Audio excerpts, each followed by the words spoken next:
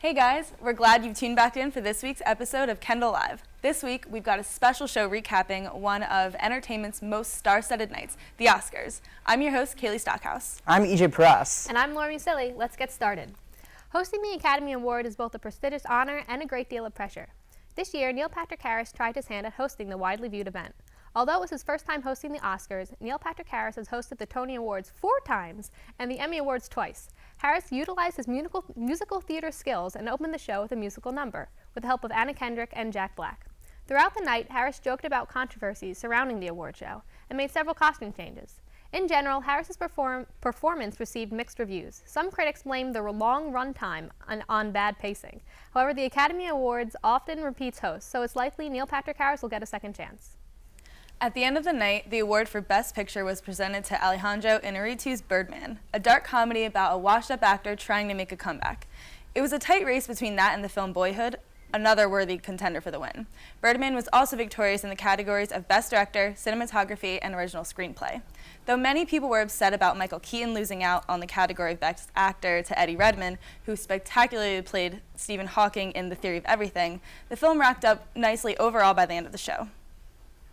When you're on stage during the Oscars, millions of eyes around the world are glued to you. So for all the winners who have the opportunity to say a little speech after their victory, they all really have a chance to bring attention to world issues. This year's winners did not disappoint in that sense. Patricia Arquette, winner for Best Supporting Actress, brought up the issue of wage equality for women.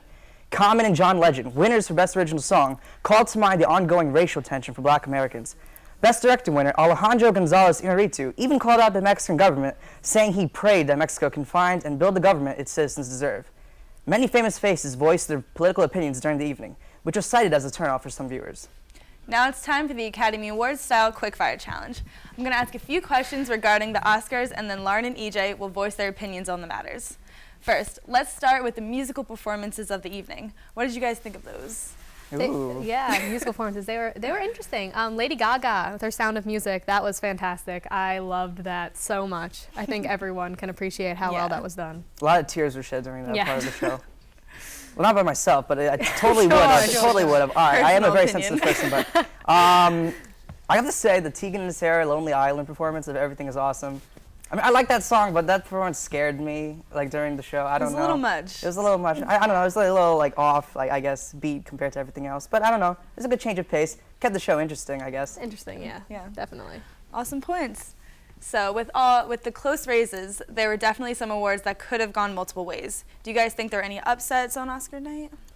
Oh, yeah. I think both of the screenplay awards, I felt, at least, they were upsets. I thought that, so Birdman won Best Original Screenplay.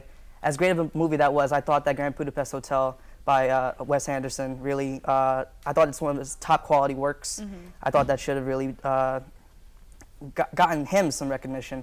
And adapted screenplay went to Imitation Game, and the writer for that movie did write a hell of a speech, but I felt that Whiplash should have gotten. I'm so heavily biased toward Whiplash, but I really thought that should have won the screenplay for that. Interesting how they're both the upsets are in those categories this year. Mm-hmm. Definitely. Yeah. All right, couldn't agree more. So Sean Penn made a pretty insensitive comment about Alejandro Inarritu. What do you guys think about that? It was unnecessary. Yeah. You probably just should have thought. I mean, you're presenting at the Oscars. Yeah, kind of. Don't say something dumb. That's like gonna get you. Ground. Yeah. But the quote was like, "Who gave this guy his green card?" Right, something like that. Yeah. That was really insensitive. And like the two of them actually did work together previously, so I guess it's kind of like an inside joke between them. Yeah. But like in front of millions of people around the world who don't get the context of the joke, kind of rubs off. I feel like if you're in that kind of spotlight, just don't do something stupid. It's not that hard. Yeah, no, I feel you, yeah. So thinking way ahead, there are many movies coming in 2015. Any possible Oscar-worthy ones? Got your eye on? Well, Quentin Tarantino, Hateful Eight, which was supposed to drop maybe like either last year or a couple years before, but when the script leaked online, a lot of people didn't really like it, so he kind of fixed it up a little bit, and that's going to be slated for a pretty Thanksgiving winter release this year. So that his movies always garner some Oscar buzz. Joy, the David O. Russell movie with Jennifer Lawrence. Again, I mean, those two working together always produce some kind of Oscar-worthy thing. Silver Linings Playbook, American Hustle. There's no reason why this one would be any different. Yeah, they're great. Yep, both good picks. Last but not least, who did you guys think was the best dressed? For me, it's Emma Stone. She's beautiful as always. So gorgeous. What about you? That's it?